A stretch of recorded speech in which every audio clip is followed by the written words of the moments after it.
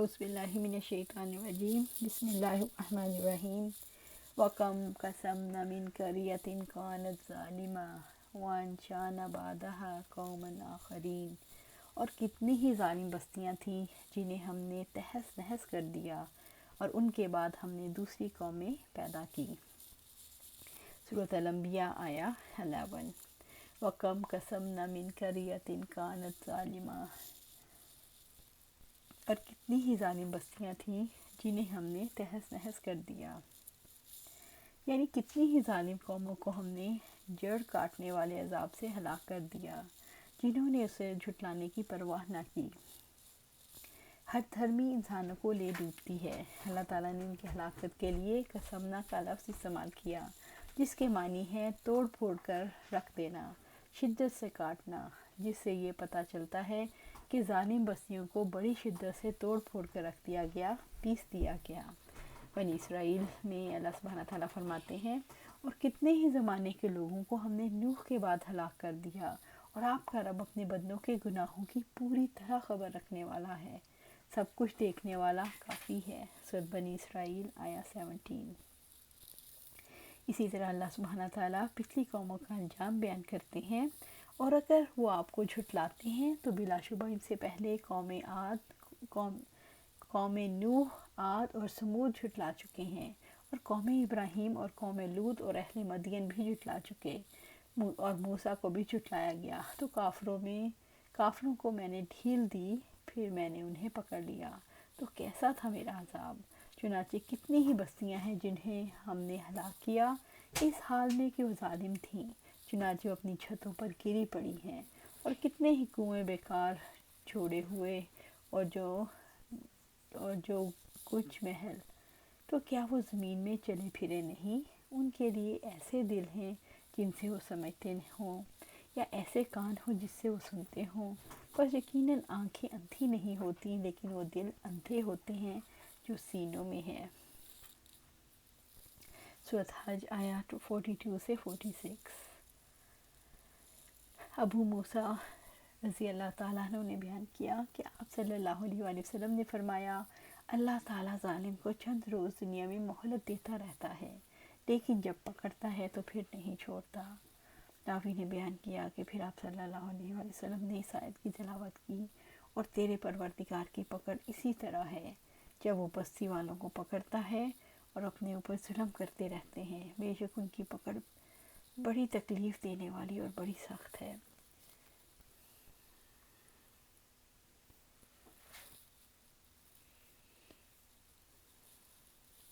وَلَمَّا أَحَسُّوا بَأْسَنَا إِذَا هُمْ مِنْهَا يَرْكُضُونَ، تو جب انہوں نے ہمارا عذاب محسوس کیا تب وہاں سے وہ بھاگ رہے تھے۔ سورۃ الانبیاء آیا 12۔ تو جب انہوں نے ہمارا عذاب محسوس کیا تب وہاں سے وہ بھاگ رہے تھے، پھر جب انہوں نے حواس کے ذریعے سے عذاب یا اس کے آثار کو دیکھ لیا، یا آوازوں سے، کڑک سے، گرج سے اندازہ لگایا، تو اس سے بچنے کے لیے فرار کا راستہ اختیار کرنے لگے۔ عذاب کو دیکھ کر ظالم بھاگنے لگے، انہوں نے یہ سمجھا کہ گویا وہ بھاگ دوڑ کر اللہ تعالیٰ کے عذاب سے بچ سکتے ہیں، یعنی وہ بھاگ کر اتنا آگے نکل سکتے ہیں کہ عذاب ان سے پیچھے رہ جائے۔ لا ترکضوا وارجعوا الی ما اترفتم فیہ ومساکنکم لعلکم تسألون، بھاگو مت اور واپس جاؤ اس عیش کے سامان کی طرف جو تمہیں دیا گیا تھا، اور اپنے گھروں میں، تاکہ تم سے پوچھا جائے۔ سورۃ الانبیاء آیا 13۔ بھاگو مت اور واپس جاؤ اس عیش کے سامان کی طرف جو تمہیں دیا گیا تھا، اور اپنے گھروں میں، تاکہ تم سے پوچھا جائے۔ فرشتے ان سے تنزیہ کہتے ہیں، بھاگو مت، اپنے عیش و آرام اور لذتوں بھری زندگی کی طرف لوٹ کر دکھاؤ۔ اب کیوں بھاگ رہے ہو؟ اپنے عیش و آرام کی جگہوں کو، اپنے بھرے گھروں کو چھوڑ کر کہاں جا رہے ہو؟ واپس لوٹ جاؤ۔ یہی لذتیں تھیں جنہوں نے تم سے جرائم کا ارتکاب کروایا، یہی لباس، کھانے اور مجلسیں تھیں جنہوں نے تمہیں دھوکے میں ڈال کر غافل کر رکھا تھا، اور تم اطمینان کے ساتھ بڑے بن رہے تھے۔ اب جاؤ دنیا میں ڈیرے ڈالو، پھر تم سے جواب دہی کی جائے گی، تم سے تمہارے کاموں اور دنیا کے معاملات کے بارے میں پوچھا جائے گا۔ وقت تو ہاتھ سے نکل گیا اور عذاب بھی نازل ہو گیا، اور دنیا بھی چلی گئی۔ بھاگنے والوں کو یہ شعور دلایا گیا ہے کہ یہ وہی سامان عیش و عشرت ہے جس نے تمہیں غافل کر رکھا تھا، جس کے اندر تم چین میں تھے۔ ان سے مت بھاگو، یہ تمہارے گھر ہے، ان سے مت بھاگو۔ اس منظر میں انسان کو یہ شعور مل جاتا ہے کہ گھروں کی دعوت ہلاکت کی دعوت ہے۔ بھاگنے والوں سے کہا جاتا ہے واپس جاؤ، شاید تم سے پوچھا جائے۔ اس طرح سے یہ شعور دلایا گیا ہے، جن عیش پرستیوں میں ہو ان کے بارے میں پوچھا جائے گا کہ تم نے یہ دولت کہاں سے حاصل کی اور کن کاموں میں خرچ کر ڈالی۔ یوں اس منظر سے اللہ تعالیٰ نے گھر اور دولت پر ملکیت کے احساس کو توڑا ہے، جنہیں تم اپنا سمجھتے ہو، جن کے پیچھے زندگی کے مقصد تک کو بھول جانا چاہتے ہو، جنہوں نے تمہیں غافل کر رکھا ہے، وہ تمہیں کس مقام پر پہنچانے والے ہیں۔ قالوا یا ویلنا انا کنا ظالمین، انہوں نے کہا ہائے ہماری کم بختی، یقیناً ہم ہی ظالم تھے۔ سورۃ الانبیاء آیا 14۔ انہوں نے کہا ہائے ہماری کم بختی، یقیناً ہم ہی ظالم تھے۔ ظالم جب عذاب سے بھاگ بھاگ کر تھک جائیں گے تو انہیں سمجھ آئے گی کہ وہ عذاب الہی میں گھر چکے اور بھاگنے دوڑنے کا کوئی فائدہ نہیں۔ اس سمجھ کے بعد وہ بدل جائیں گے اور اعتراف کریں گے کہ یقیناً ہم ہی ظالم تھے، پھر اپنے گناہوں پر توبہ کریں گے اور یہ کہتے رہیں گے حتیٰ کہ اللہ تعالیٰ کا عذاب ان پر نازل ہو جائے گا اور انہیں ہلاک کر دے گا۔ فَمَا زَالَتْ تِلْكَ دَعْوَاهُمْ حَتَّى جَعَلْنَاهُمْ حَصِيدًا خَامِدِينَ، تو ان کی ہمیشہ یہی پکار رہی یہاں تک کہ ہم نے انہیں کٹا ہوا بجھا ہوا بنا دیا۔ سورۃ الانبیاء آیا 15۔